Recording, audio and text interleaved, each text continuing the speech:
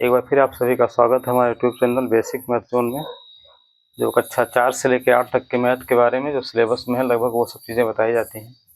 आज की वीडियो में बताएंगे घन और घनमूल के बारे में। घन क्या होता है, क्यूब क्या होता है। जैसे कोई संख्या लिखी है 5 का घन अगर हमको लिखना हो,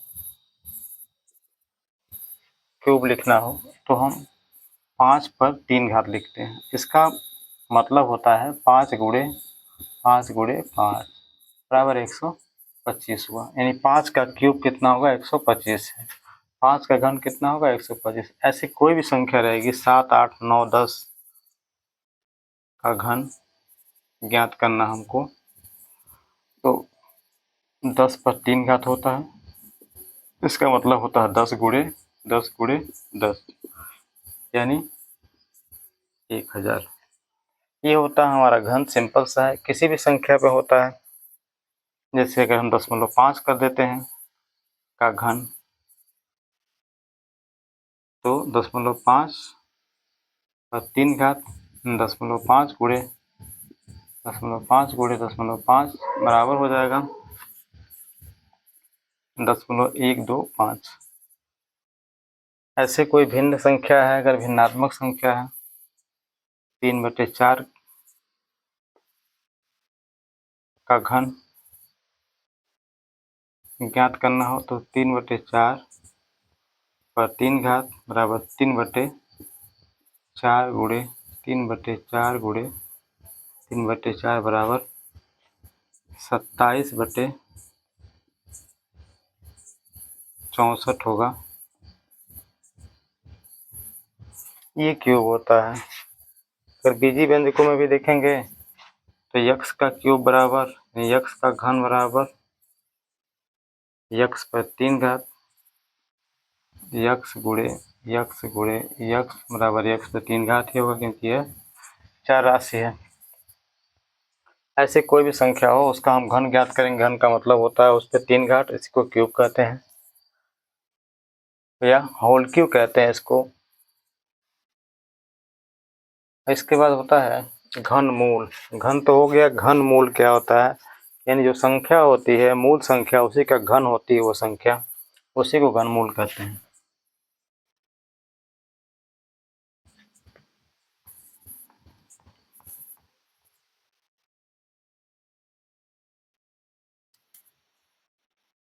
घनमूल क्या होता है, घनमूल जैसे कोई संख्या दी हुई हो, 27 जैसे लिखी हुई छोटी संख्या 27 कोई संख्या लिखी हुई है, इसका हम घनमूल ज्ञात करेंगे। 27 का घनमूल ज्ञात करना हमको,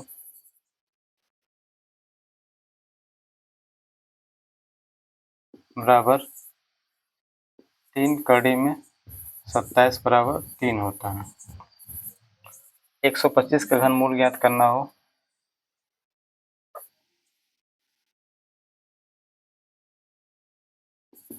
बराबर 3 कड़ी में 125 बराबर 5 होता है।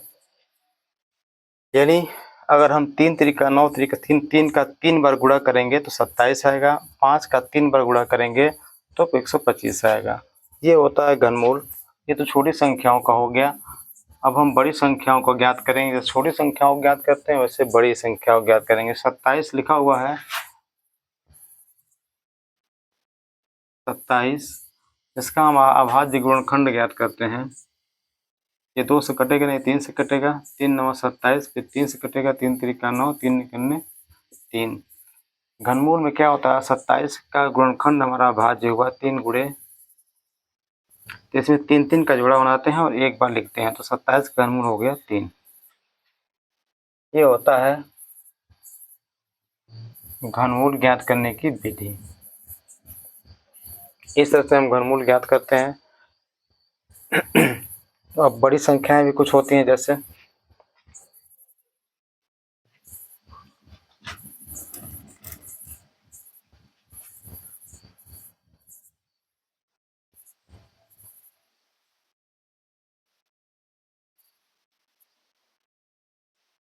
कोई संख्या अगर लिखते हैं, जैसे 1331 लिखा है, 13 से 31 संख्या इसका हमको घनमूल ज्ञात करना है, तो क्या करेंगे, इसका अभाज्य गुणनखंड ज्ञात करेंगे पहले।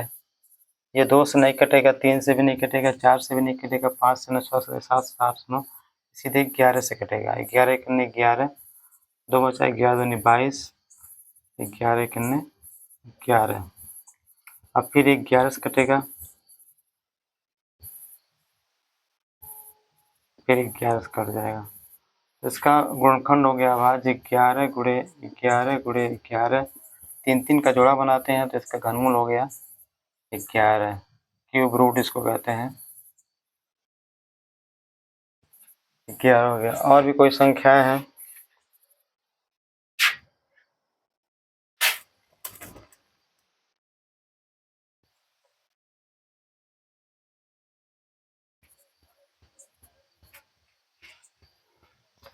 और कोई संख्या हो गया?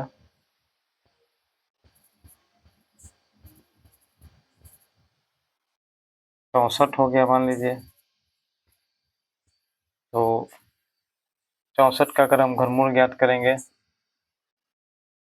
इसका अभाज्य गुणनखंड ज्ञात करेंगे,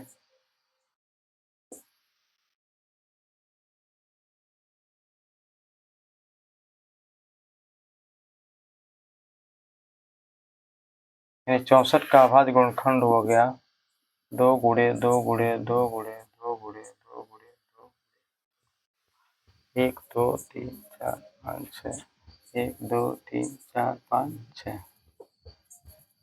तो इसमें 3 का जोड़ा बनाते हैं और एक जोड़े को एक बार लिखते हैं।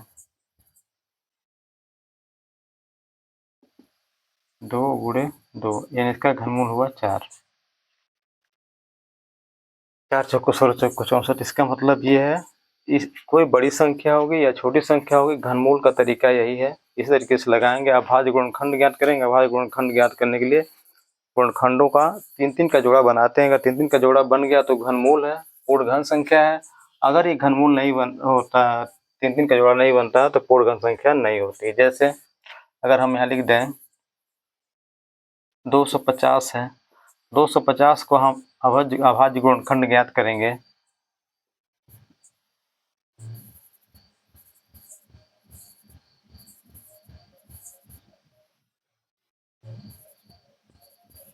दो 250 का अभाज्य गुणनखंड हुआ 2 गुणे 5 गुणे 5 गुणे 5। अब देखेंगे 3 का जोड़ा यहाँ तो बन गया, यहाँ पर 3 का जोड़ा नहीं बन पाया, केवल 1 बच रहा है। तो यह संख्या पूर्ण घन संख्या नहीं है, इसका घनमूल नहीं निकलेगा, संख्या नहीं है। इस तरह से घनमूल ज्ञात होता है। बहुत छोटी सी चीज़ें, बड़ी बड़ी चीज़ें अभी हम आगे बताएंगे, जब चैप्टर पढ़ाएंगे कोई तो उसमें बताएंगे। आज के वीडियो में बस इतना ही। बहुत बहुत धन्यवाद।